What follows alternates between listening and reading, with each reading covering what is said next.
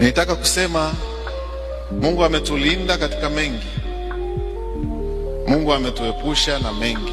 Lakini kipekee sana tangu tarehe 29 mwezi wa 10 kupindukia mwezi huu tulionao wa 11, mambo yamekuwa mageni kabisa.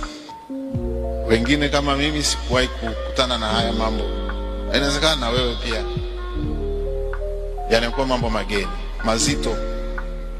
Lakini tunakumbuka jinsi ambavyo Mungu ametulinda.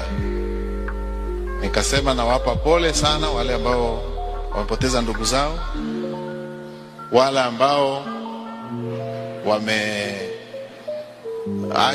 au wameondoka wakaacha watoto, wakaacha wake, wakaacha waume. Basi Mungu aweze kuwapa faraja. Wale ambao wameumia kwa namna moja ama nyingine, Mungu amewalinda pia. Tusiache kumuomba afya njema, tuwe na siha ili tuweze kuendelea na majukumu yetu. Lakini wale waliopoteza mali pia Mungu aweze kuwalinda na kuongezea vile vilivyopotea.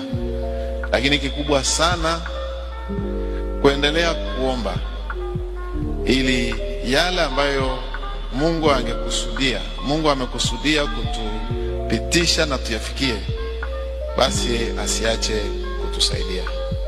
Awape viongozi wetu hekima na maarifa. Tuombe Mungu tupate haki, na haki ndio inaleta amani. Na Mungu wetu ni mwema. Tunaamini atatufikisha na kutupitisha salama.